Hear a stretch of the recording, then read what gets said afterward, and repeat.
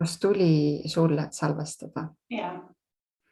Väga tore, vaatame nüüd, kas me laivis oleme. Minul ütleb Zoom, et me oleme laivis. Tere kõigile, kes sa meid kuulad. Kell on saanud just 7. Ma teen kohe väikese kontrolli. Just, me oleme laivis. Suurepärane. Kell on saanud 7, algab järjekordne uus nädal ja kui on uus nädal, siis see tähendab seda, et algab minu laivide seeria, mille nimi on siis ettevõtlikud emad, kas hullus või võimalus. Ja tänase laivi saatekülaline on tõesti minu jaoks uskumatult äge naine, ülivinge ema ja selline särav, mõnus, armas Marili Niits. Tšau sulle, aplaus ka muidugi juba siia. Ja Marili on siis, kuulake nüüd, Marili on olnud oma elus väga mitmetel nii-öelda ametipostidel. Ta on kogenud nii-öelda töötamist avalikus sektoris, olnud erasektoris ja teinud väga palju põnevaid asju. Nii et nagu ikka, abivallavanem olnud ja nüüd siis täna teinud hoopis midagi muud. Ja täna sa oled siis coach ja toitumisnõustaja. Jaa, nii on. Räägi mulle, Marili, kuidas üldse kogu see ettevõtlus on sinu ellu tulnud? Jaa, see on selline teekond olnud, et üldse vaata, kui sa mind kutsusid siia, kui ma eile kuulasin seda storyt, mis on nagu oma järgmise külalise kohta rääkisid, siis ma mõtlesin, et wow, kes see külaline küll on. et nüüd kõrvalt kuulata on, siis on päris hea peegeldus, et mis ma nagu siis oma elus teinud olen ja tegelikult tasuks kõigil korra võtta see aeg ja mõelda, et kus ma nagu täna olen ja kuidas minu teekond on nagu sinna viinud, et kindlasti igal ühel on oma selline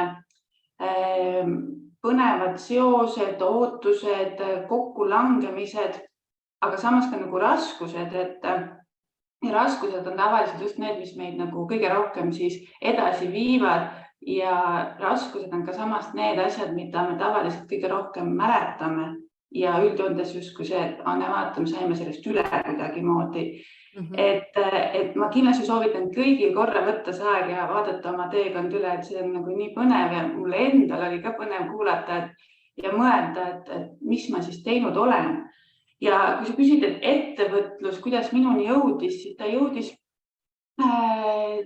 sellel ajahetkel, kui ma siis lastega olin kodus, mul on 2 last, nad on aasta ja 3 kuuse vahega, ehk siis ma jäin 2 last ootama, kui esimene oli 6-kuune. Ja mees on mul meremees, seega ma olin väga palju aega lastega kahekesi, aga kuna mul on üsna suur tugivõrgustik ja mitte ainult ka sugulaste näol, vaid ka sõbrannade ja tuttavate seas, et siis ma sain nagu väga kenasti hakkama ja lapsed olid ka väga tublid.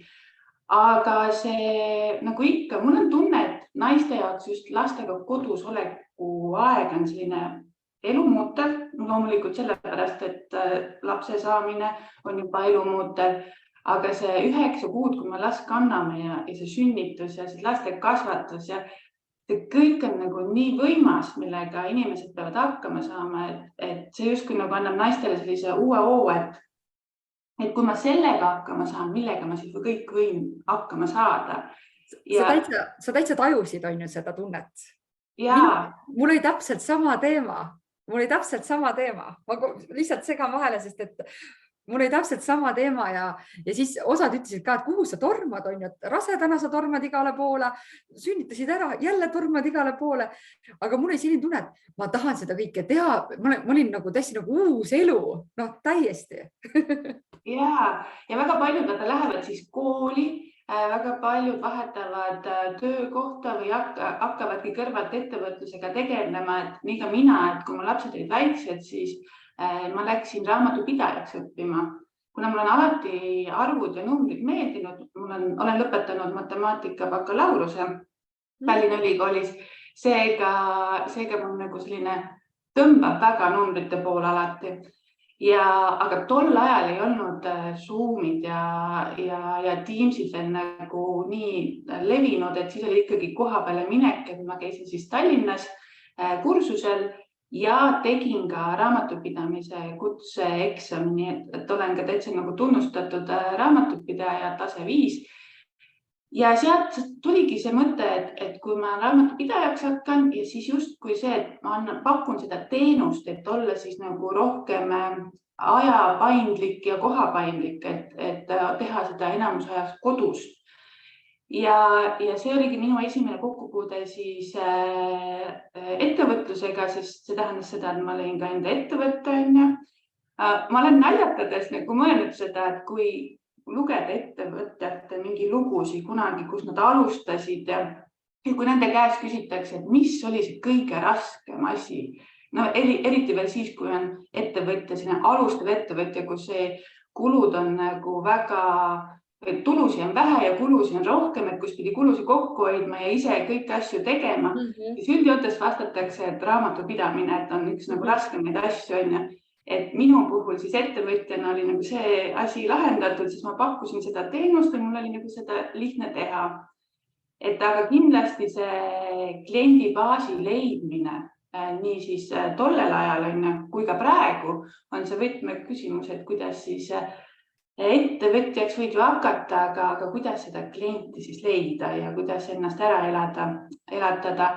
Aga õnneks mul ikkagi lõpuks õnnestus täitsa raamatupidamisteenust pakkudes endale ilusasti palka maksta ja sain nagu kliendibaasi piisavaks. Et see oli nagu tore kokkusattumus. Aga enne lapsi ja enne seda raamatupidajaks saamist, kellena sa enne töötasid? Statistikaametis olin juhtiv statistik. Aga ikka numbrid ja ikka selline numbrid. Ja selleks saatnud meid kogu elu, et abivallavanema üks valdkond oli mul rahandus ja eelarved ja ma pidin neid eelarveid ka volikogu ees kaitsma, et see kuidagi käib minuga kaasas. Et siin nagu sa vaatad on numbrid. Aga nüüd see on väga huvitav, et kui me jõuame oma vestluse käigus sellesse tänasesse sinu ametisse, siis no okei, seal võib-olla natuke toidukoguse mõttes saab numbreid küll sisse tuua. Aga sinna jõuame, et kui palju siis on numbrid täna sinu elus on ja.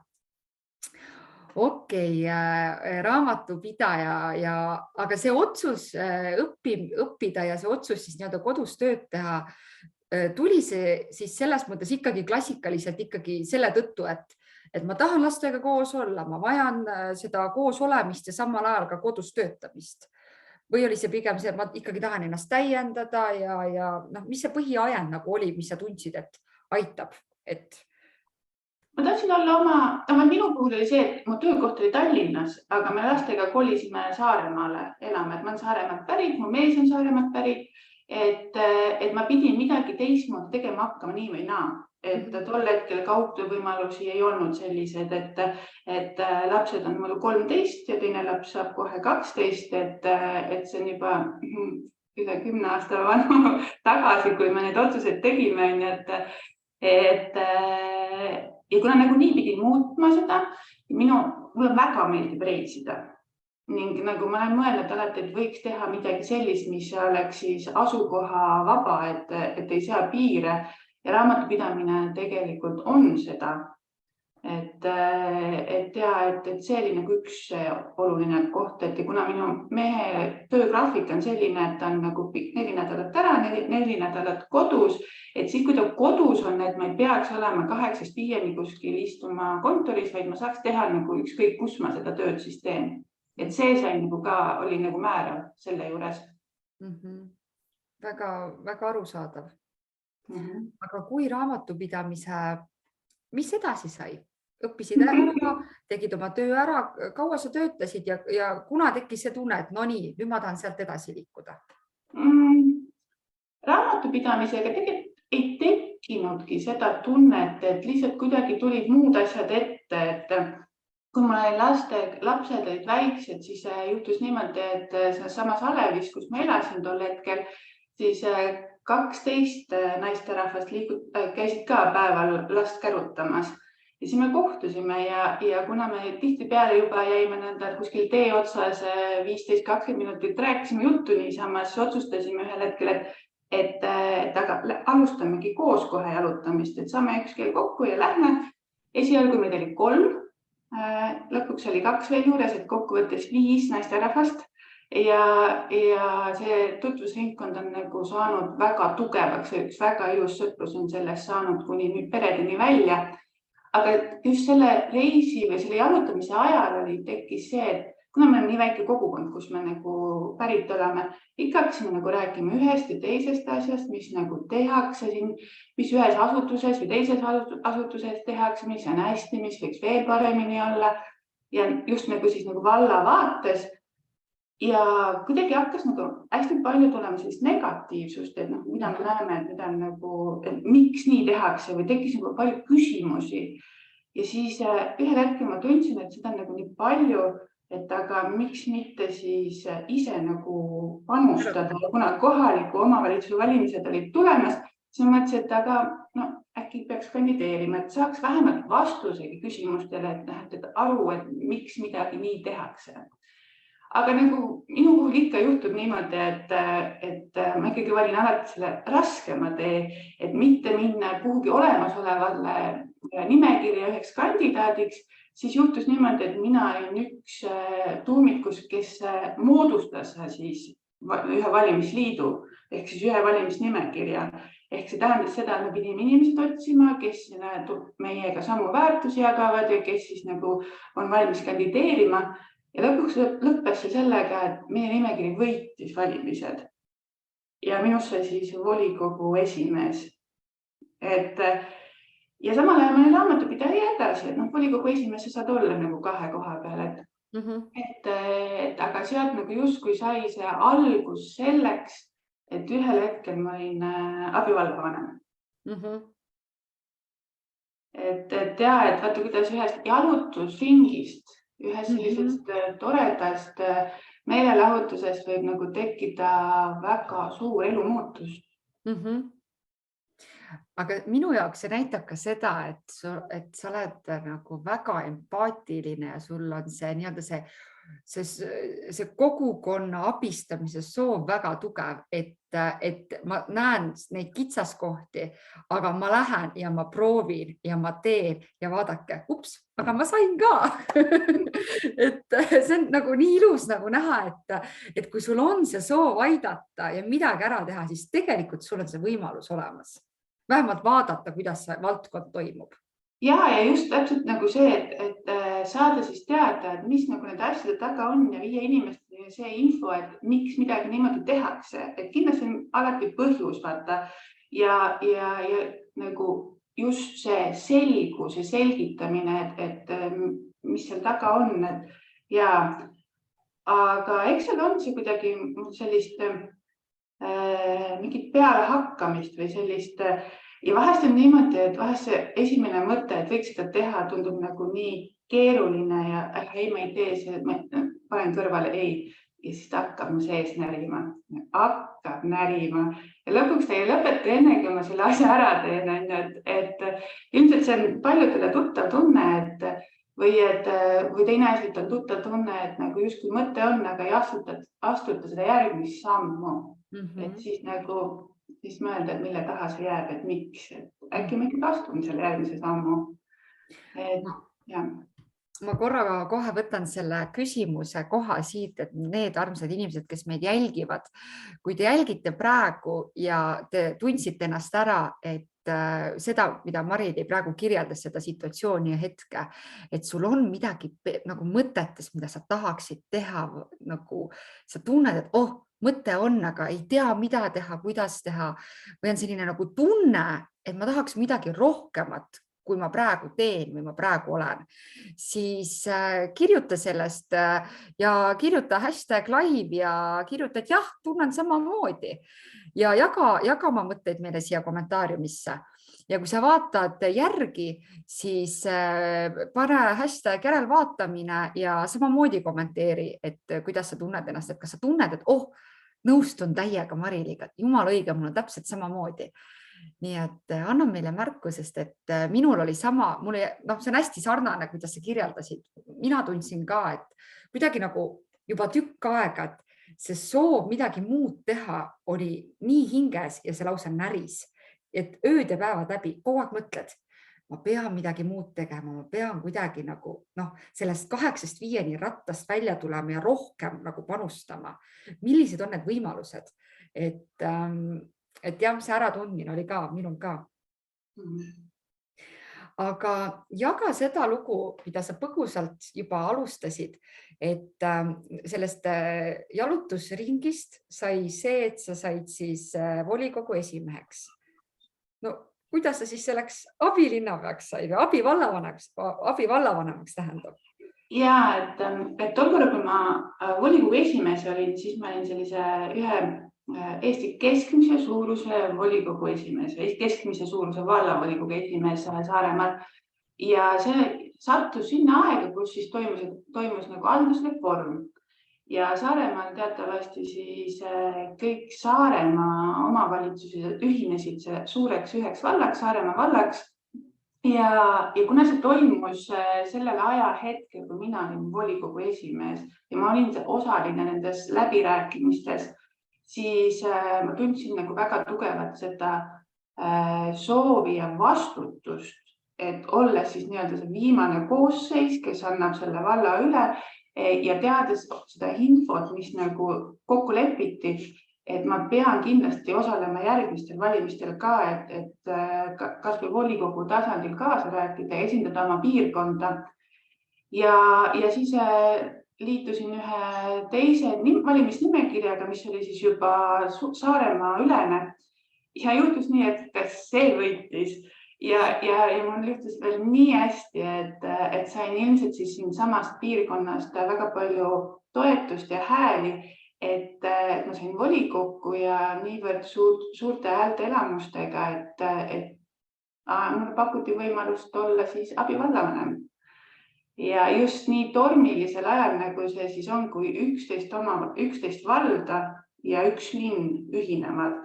Et iga periood on kindlasti erinev, igal perioodil on omad väljakutsed, aga sellist seisu, sellist nagu nulli startimist, nagu sellel koosseisul oli, ei tule. Ei tule enam, on ju.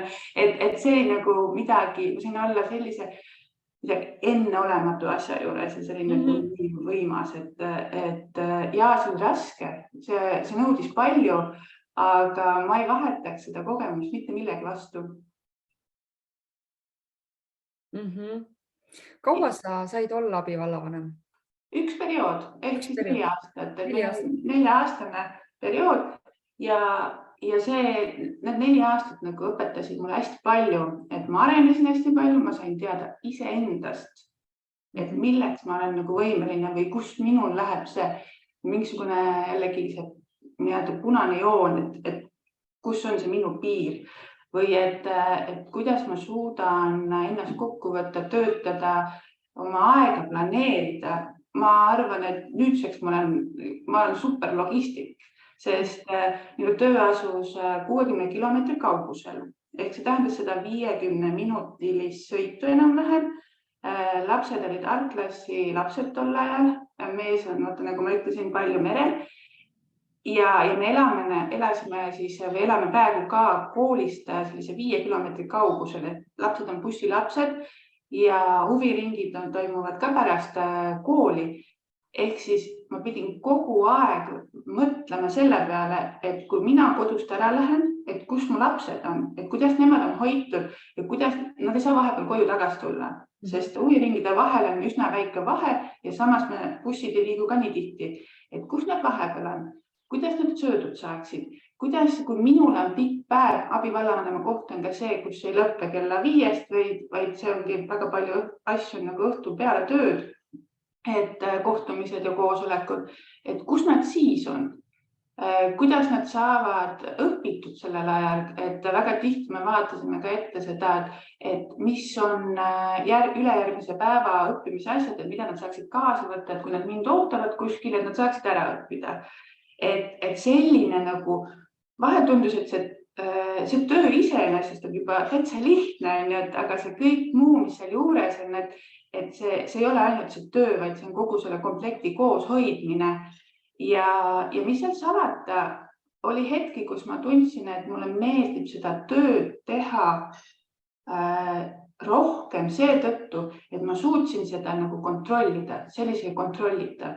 Mul oli eesmärk, ma teadsin, mida ma teen, mul on meeskond, kes seda teeb ja ma tundsin seda, et nagu tulemused tulevad ka. Aga lastega teadupärast on ju see, et pigem nagu kogu annad, et see tulemust eks me hakkame nägema alles hiljem seda vilja.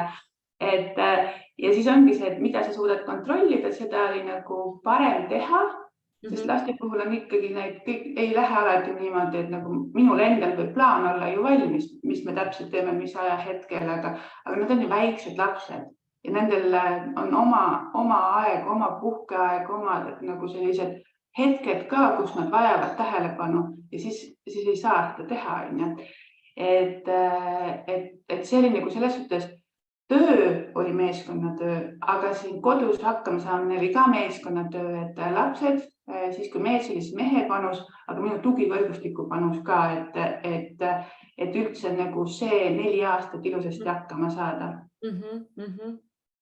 No just nimelt, et see tegelikult ei ole mitte ainult sinu töö, vaid see 4 aastat on kogu ju süsteemi töö on ju täpselt, et sa saaksid seda tööd teha.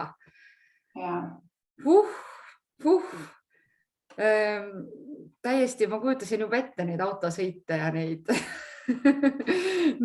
kogu seda logistikat. Kuidas sa selliste hetkedega toime tulid, kui sa väsisidki ära või kas sa väsisid? Vaata, sa ütlesid küll, et sul oli meeskond taga, sulle meeldis, sul oli struktuur, aga kas selle 4 aasta jooksul sa mõtlesid ka kunagi, et täitsa lõpp, nagu, ma ei taha, ma enam ei taha, ma ei jõua lihtsalt. Kas oli sellist tunnet ka, et ma lihtsalt enam ei jaksa?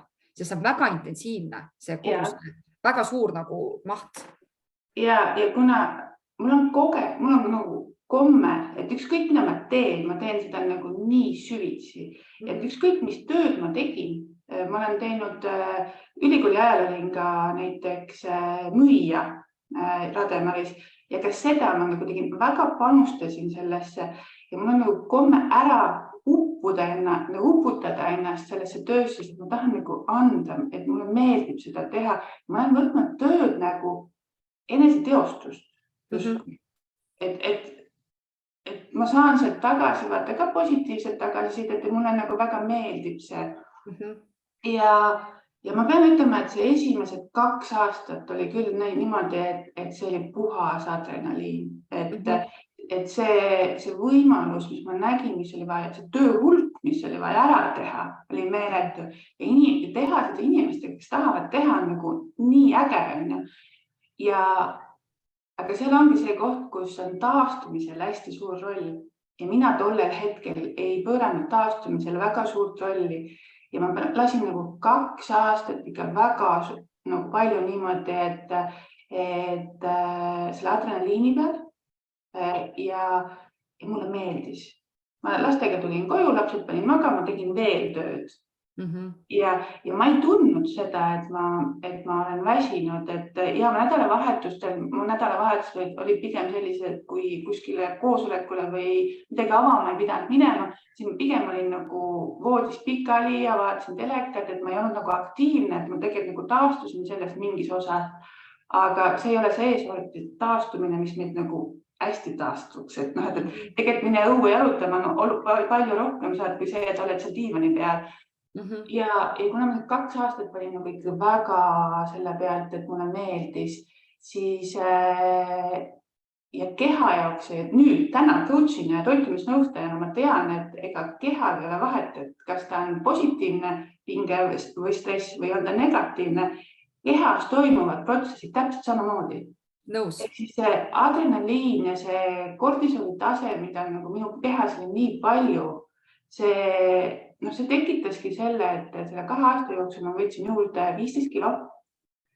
Minule, kelle jaoks kes kooli ajal sattus ka söömishäirete küüsi ja mul oli buliimia, siis võib ainult ette kujutada, mis nagu tegelikult see kehakaalu tõus minu jaoks nagu, millist rolli ta mängis. Ja kes tahab minu nagu seda lugu kuulata või vaadata, siis Instagramis minu lehel eluviisitreener Maril Niits on ka see täiesti highlightsina see lugu olemas, et ma selle lihtsalt praegu pikemalt ei peatu, et see kogemus oli ja see mõjutas ka enesekindlust, et ma nüüd kehakaal jälle tõusis ja ühel hetkel ei tulnud väsimus sellega, et otseselt väsimust või tüdimus, vaid tuli see, et keha hakkas andma nagu märku, et mul oli raske uinuda, mul oli turi oli kogu aeg nagu kange, alaseid natuke valutas, siis see kehakaal ka, mis ma just rääkisin, et see hakkas nagu andma seda juurde, et mingi häirekell, et peaks midagi muutma. Ja siis ma hakkasingi võimlema ja sellest võimlemisest, hommikuti võimlemisest sai nagu väga suur ja väga äge teekond, aga enne seda, kui ma võib-olla seda teekonda veel räägin, ma tahan lihtsalt jagada seda ägedat kogemust, et üks oli see füüsiliselt, ma sain aru, et midagi on valesti. Aga teine asi oli see, et kui ma hästi palju tööle pühendusin ja siis oli nagu lastega, siis minu sotsiaalne elu pigem nagu sõpradega jäi tahaplaanile. Paratamatult aega pole nii palju, aga ma sattusin seda samade naistega, läksime 2019 aastal sellisele pikemale nädalalõpu reisile Kiievisse ja seal mul üks tuttav siis jagas meiega harjutust, et joonista ring ja see on sinu ööpäev või see on sinu päev, ütleme niimoodi, ja jaga see päev siis selle järgi ära, et kui palju sul aega kulub tööle, perele, sõpradele ja sinu endale. Ja kogu see ala peab saama kaetud. Et paneb proportsioonid paika, et kuidas see jaguneb. Ja mul oli seal 2 probleemi, kui ma seda tegin. Üks oli see, et minu ring oli oluliselt teistsugune kui teistel. Et minul oli seda tööd nii palju, teistel oli kõiki teisi asju rohkem. Ja teine oli see, et ma ei suutnud panna seda sektorit, mis on minu hobi või minu aeg. Et see ongi minu töö. Et ma teen, see täidabki minu anumat või minu tassi, et mul ei ole midagi muud, et siis ma sain aru, et oota, äkki midagi liiga palju või et äkki midagi paigast ära. Et ühelt poolt siis see keha ja füüsiline pool, aga teiselt poolt just see sama harjutus ja vaatasin neid teisi ringi ja mõtlesin, et midagi natuke paigast ära. Ja ma olingi hästi palju selles meesenergias, et ma ei ole mitte mehelik, vaid just see tegutsev energia, plaanid, siis kavad, kuidas ma jõuan, selline, vaata nii tööalaselt kui ka siis need samad, ma rääkisin, kuidas lastega logistiliselt vaadata, et see on kõik puhas see meesenergia, aga sellist naiselikust voolavust, et seda ei olnud. Ja me teame, et tegelikult selleks, et hästi toimida, peab mõlemat olema, et oli mul siis tasakaalust väljas. Et see on põnev koht, kus olla ja mida märgata. Aga huvitav on see, et sellist väsimust ja tüdimust sellises osas ei tulnudki. See mulle ikkagi meeldis. Ma ei olnud selle töö ohver, ma ise valisin seda panust, et oleks saanud ka vähem teha, aga mulle meeldis teha lihtsalt. Kui palju on selles abivallavanema töös ja selles töökoormusega seotud see, et sa täna oled coach ja toitumisnõustaja? Kindlasti sellel on just selles mõttes, et kui keegi oleks kunagi küsinud käest seda, et kas ma seda teen, siis ma arvan, et see on ma mõtlesin, et see ei ole minu valdkond. Aga ma näen, et selle 4 aasta jooksul ma nägin, et kõik lood, mida ma olen endal rääkinud, võib ümber kirjutada, et aga palju olulisem selles muutuses, selles karjääri muutuses oli pigem see koht, kus kui 10 kuud enne valimisi ma siis mõtlesin, mis minu ambitsioon on, et mida ma tahan edasi teha, et kui minu soov on olla edasi ka abivallavanem, siis ma pean võtma jalad kõhu alt välja ja tegutsema selle nimel, et valimistulemused oleksid sellised, et mul tekiks selline võimalus. Aga või on see, et ma praegu natuke tahaksin korra nagu kõrvale astuda, piisab sellest, kui ma olen volikogu liige, mis ma ka täna olen, et ma ei ole nagu kõiki asju või kõiki sildasid põletanud, vaid vastupidi, ma olen jätkuvalt tegelikult selles teemas sees väga aktiivselt, et aga volikogu liikmena. Ja mida ma siis tegelikult soovin? Ja ma nagu ei teadnud, ma teadsin seda, et abivallavanemaks ma praegu ei taha saada, et minu ambitsioon on siis volikogu liige, nagu ma ütlesin, aga mida ma teha tahan? Ja siis on üks inimene, keda ma väga jälgin ja keda ma austan, tsiteeris ühes intervjuus Hemingway'd, et inimese elus on 2 olulist päeva. Üks päev on see, kui ta sündis siia ilma ja teine päev on see, kui ta mõistis, miks ta siia ilma sündis. Ja see hakkas nüüd kummitama, et miks mina siia ilma olen sündinud. Et mis on see minu see miks või minu selline erilisus. Ja hakkas mõtlema, et nagu mitte midagi tule. Mitte midagi. Koolis ma olin selline tubli keskmine. Nüüd tõesti see kogemus, meeskondade juhtimine, see abivallavanema kogemus, et ma tean, et ma tegelikult suudan inimesi juhtida ja inspireerida ja motiveerida ja kõike seda. Ja see mind nagu tegelikult kõitis ka, aga ma tundsin, et praegu ma hetkeks tahaks korra kõrvalt vaadata ja vaatama, mis kunagi edasi saab. Et aga mis see miski on siis? Ja ei tule. Ma ei ole ühtegi pilli õppinud, mul ei ole ühtegi sellist hobi, mida nagu teha. Ja pigem, mida rohkem ma mõtlesin selle peale, seda rohkem ma läksin tekkis selline ärritus, et aga ei olegi nagu, ei ole.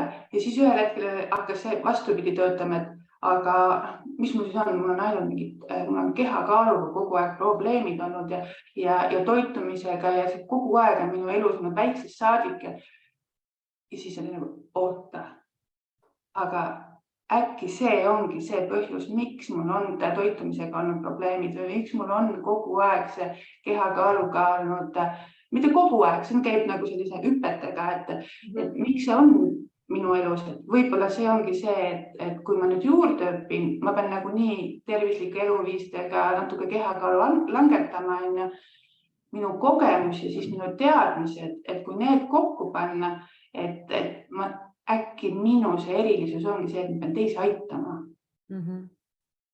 Ja sellest mõtte, kui ma sinna jõudsin, siis ma teadsin, et ma lähen toitumisnõustajaks õppima.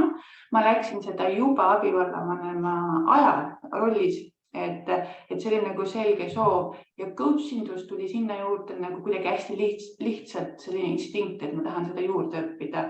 Et väga palju ka räägitakse coachivast juhtimisest näiteks, et kuna see meeskonnatöö on mulle hingelähedane, et ma leidsin, et need 2 siis võiks olla need, millele pühenduda.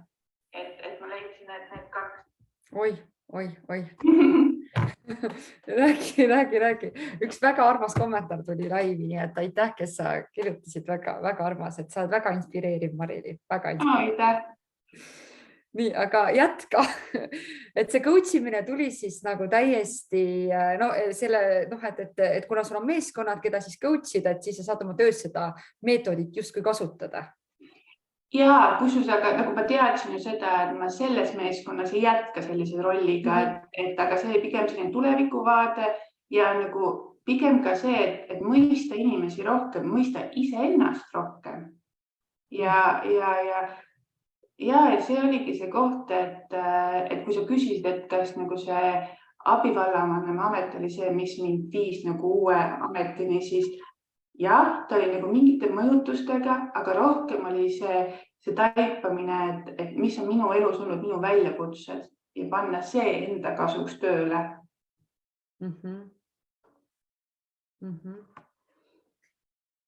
Väga huvitav. Ehk siis täna oled sa siis coach ja toitumisnõustaja koos, ehk siis kas võime öelda ka coach'iv toitumisnõustaja?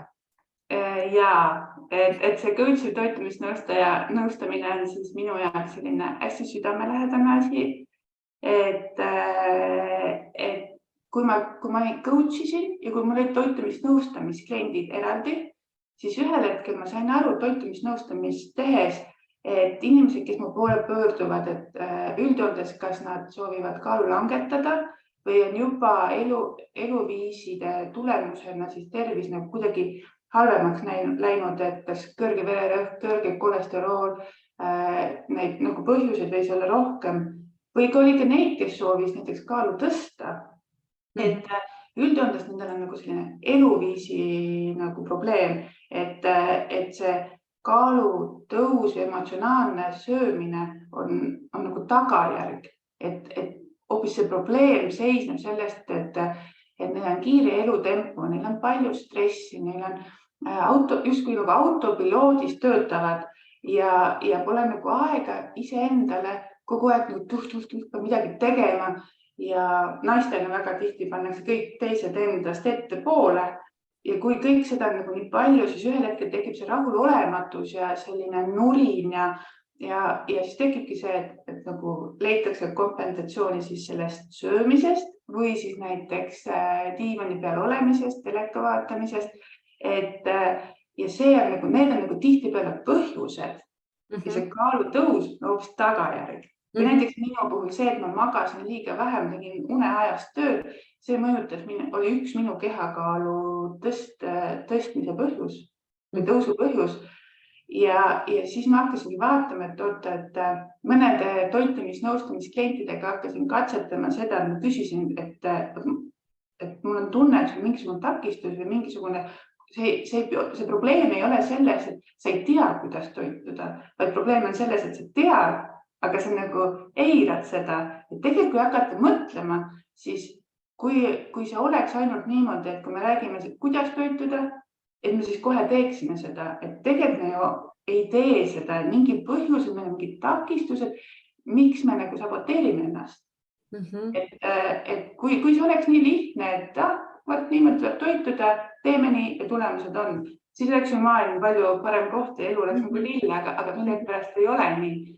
Ja siis ma paningi need kaks asja kokku, et coach ja toitumise nõustamine, kus lähtuvalt siis selle kliendi enda eripärast, et kui palju ta vajab justkui seda toitumisalast teavet või kui palju tal on neid muid takistusi, et siis pühendame coach imisele. Minu meelest on see nagu nii geniaalne tegelikult, et sina, kes sa meid ära kuulad, siis ma võin sulle praegu täiesti öelda, et Marili on Eesti esimene, ma julgen seda öelda, Eesti esimene coach'iv toitumisnõustaja, kes ühendab neid kahte valdkonda nagu ühte.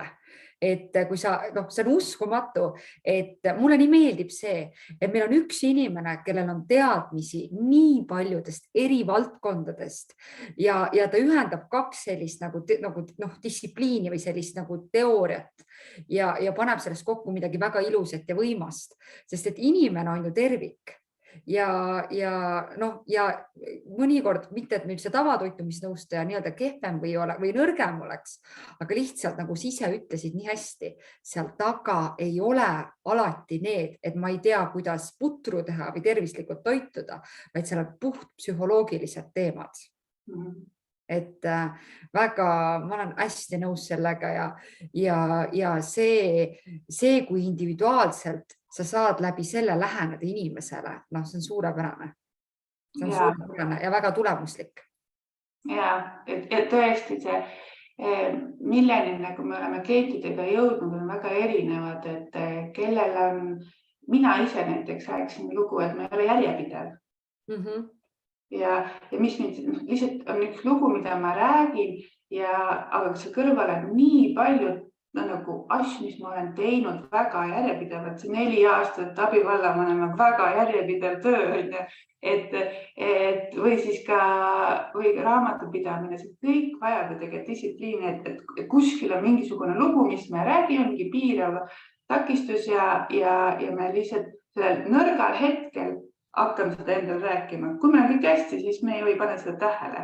Ja selline tähelepanu suunamine sellesse, et mis on need mustrid, mis me endale nagu mustrid, mis meil on ja need lood, mis me nagu endale räägime. Et kui me need aru saame nendest ja vaatame nendele otsa, siis tihtipeale me saame aru, et seal ei ole seda tonti. Just. Aga ütle mulle seda, kui palju sinul oli seda enese saboteerimist ja sellist ebakindlust. Noh, ikkagi sa olid ju, ma kujutan ette, Saaremaa vallas ikkagi väga populaarne inimene oma poliitiku karjääri ajal ja ikkagi inimesed ju teadsid, et kes sa oled. Ja siis ühel hetkel sai see periood läbi, hakkasid nii-öelda siis coach'iks ja toitumisnõustajaks. Kui palju sul nagu, kas sul tekkis seda mõtet ka, et issand jumal, mida teised arvavad? Seda oli palju sellist nagu justkui, et oli nagu see mõte, et inimesed mõtlevad, et mis juhtus. See oli sellisel kohal ja nüüd tegi nii suure muutuse. Tegid niimoodi, et see on nagu tagasilangus või selline? Et ma arvasin, et inimesed arvavad niimoodi ja võib-olla mõned arvasid, aga keegi ei ole mulle seda öelnud. Pigem on öeldud seda, et ma näen, et see sobib sulle või et ma näen seda muutust. See on nii positiivne, et see tagasiside on hoopis positiivne on just vastupidi, et nagu minu sõnum kiirgab seda rahulolu ja seda head energiat. Ja vaata just see ego teema on ju, et mis teised arvavad, miks ma sellise valiku tegin. Aga mul oligi olukord, kus ükskord hea näide on see, et mul on Instagramis on enda eluviisi treeneri konto ja ma valisin selle sellepärast, et siis ma ei suru peale oma praegustele jälgijatele seda, mis ma teen. Ja ma mõtlesin, et nüüd ma peaks korra nagu ikkagi postitama või jagama seda asja ka Facebookis, et seal, kus on väga rohkem jälgijaid, kui mul nagu Instagramis on. Ja ma ei julgenud seda teha, ma istusin, ma hoidsin seda telefoni käes, ma pean seda send nuppu muljuma ja tunnen, kuidas higi voolab selja pealt, sest mul oli täielik valehäbi. Ja siis ma mõtlesin, et oota, mis siis nagu toimub? Et sa oled osalenud 3 kohaliku omavalitsuse valimistel. See on ütlemata ebamugav tegevus. Et nüüd sa ei julge nagu jagada seda, et sa oled võimeline õppima. Sa oled õppinud 2 uut eriala. Et miks sa seda kardad? No ma kardan seda sellepärast, mis teised arvavad. Mis see siis on, et mida nad arvavad? Et miks sa seda tegid? Et miks sa sellise valiku tegid? No aga miks ma siis tegin valiku? Ma tegin sellepärast, et ma tean, et ma tahan ise olla paremas vormis ja ma saan selle läbi kõiki teisi aidata. Ja siis jälle käis see klikk ära, et oota, et mida ma siis nagu häbenen. Et tõesti, kas ma häbenen seda, et ma olen õppimisvõimeline ja siis käis see send nupp.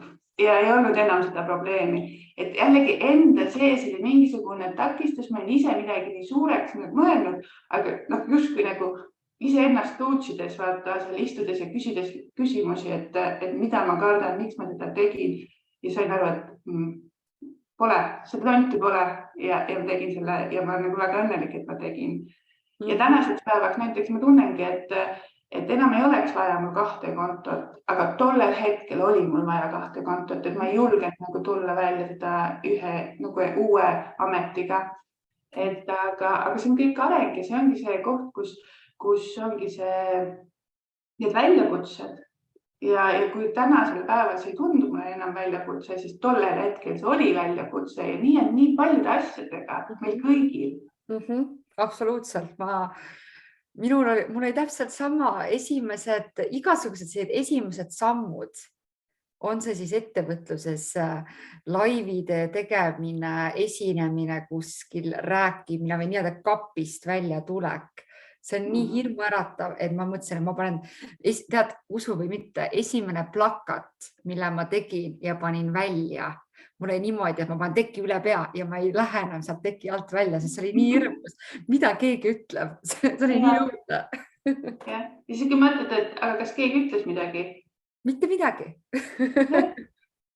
Just. Midagi. Ja pigem oli see, et äge, et sa sellist asja teed. Kuidas sa julged, oli küsimus. Ei julgedki, hirmuga. Väga lahe. Aga Marili, kuidas su elu siis tänaseks muutunud on?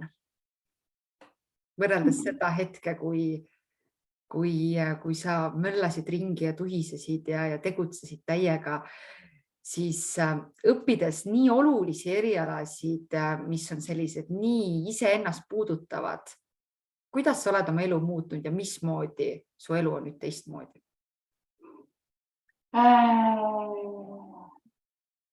Kindlasti see elutempo on hoopis teine.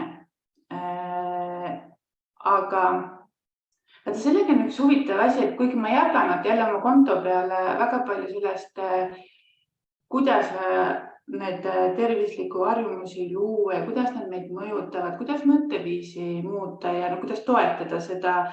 Ja ma hästi palju räägin sellest ja mul käest öeldud või mul on natuke nina peale või ette heidetud, et mis sul viga neid harjumusi teha või neid rutiine teha. Sina oled ju kodukontoris ja sa oled oma aja peremees. Et tegelikult on nii, et need head harjumused tulid just sellel hetkel, kus ma ennem ütlesin, et mu selg valutas ja kui ma hakkasin võimlema. Kõigepealt ma hakkasin võimlema, siis ma sain aru, et päris hea on olla.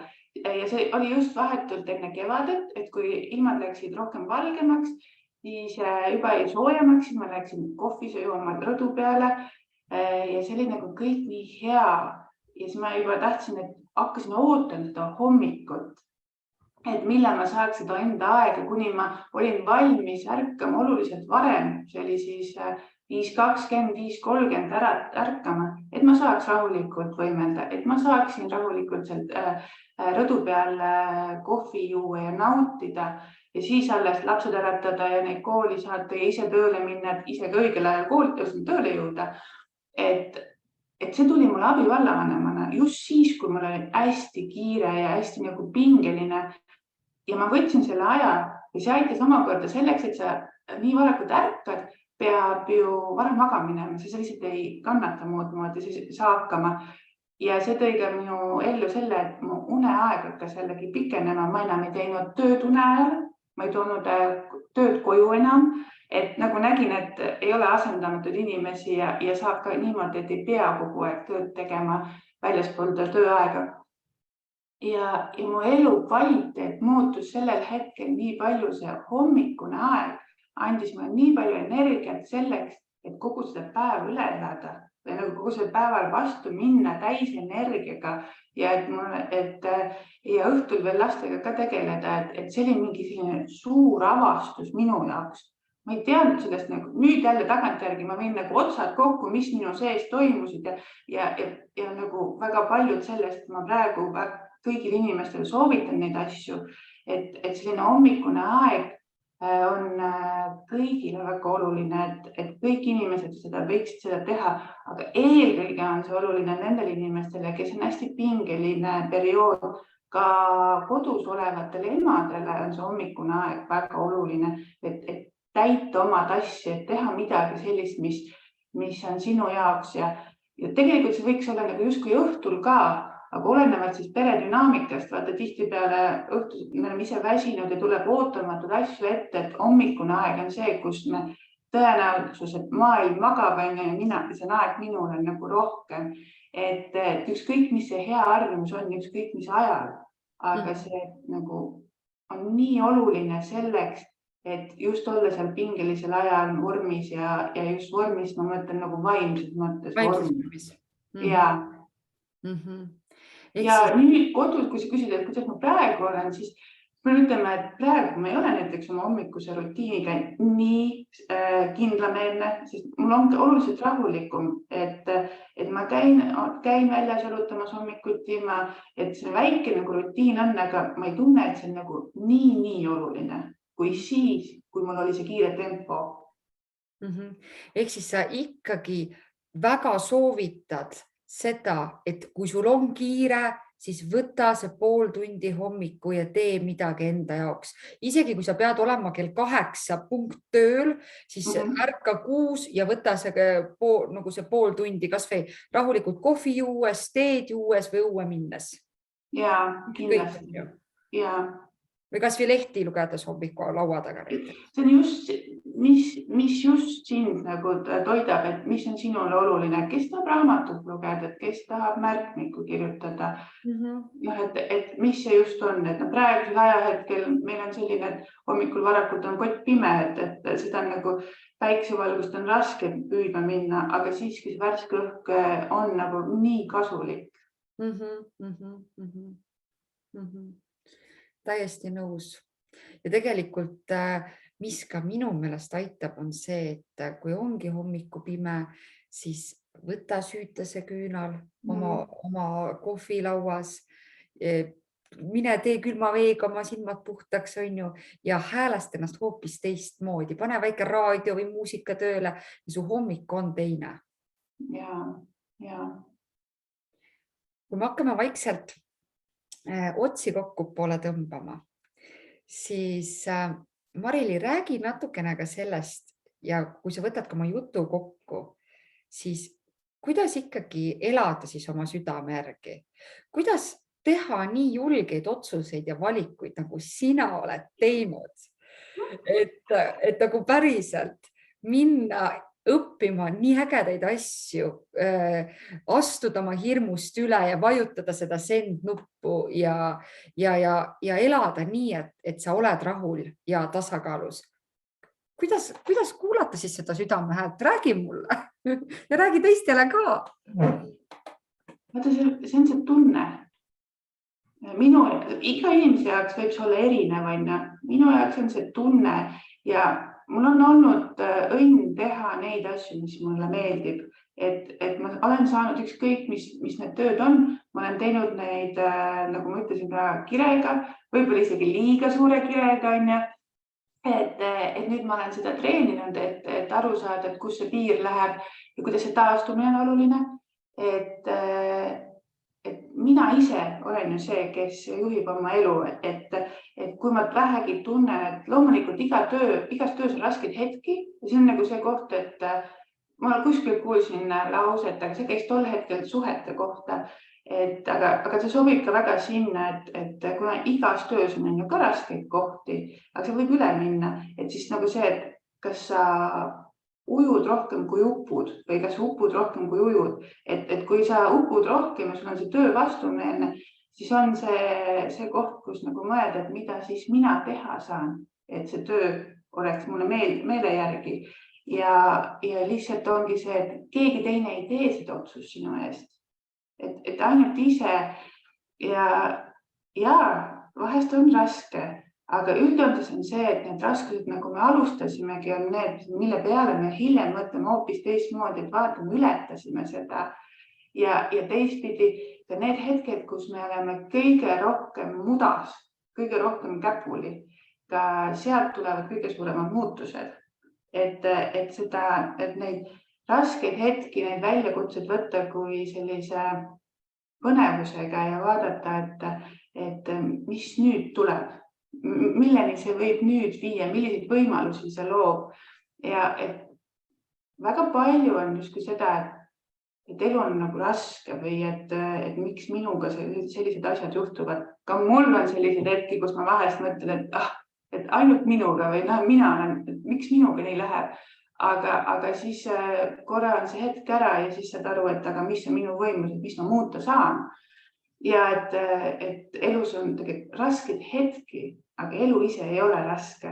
Et me ise mõtleme selle raskeks ja meil on üks elu ja seda tuleb elada niimoodi, et me ujume rohkem kui upume. Kuldsed sõnad. täiesti kuldsed sõnad.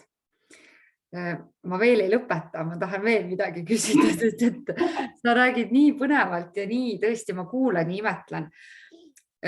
Üks nipp nendele, kes meid kuulavad ja õpeta üks asi meile kõigile nüüd selgeks.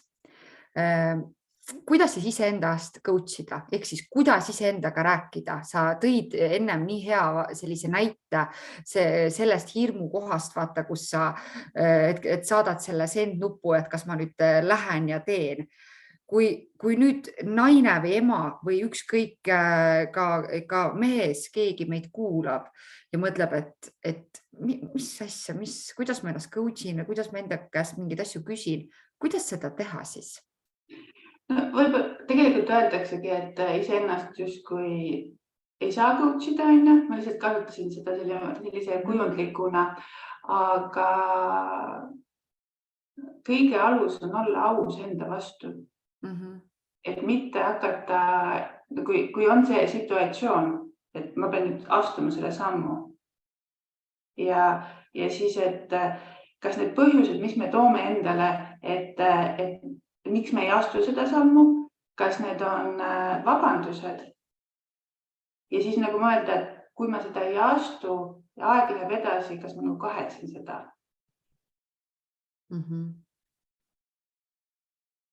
Et see on lihtsalt enda vastu aus olemine ja võib ka ju küsida kellegi, nagu, kuidas teised näevad seda või nagu rääkida, et üksinda olles, üksinda mõeldes on meil nagu selline üksvaade.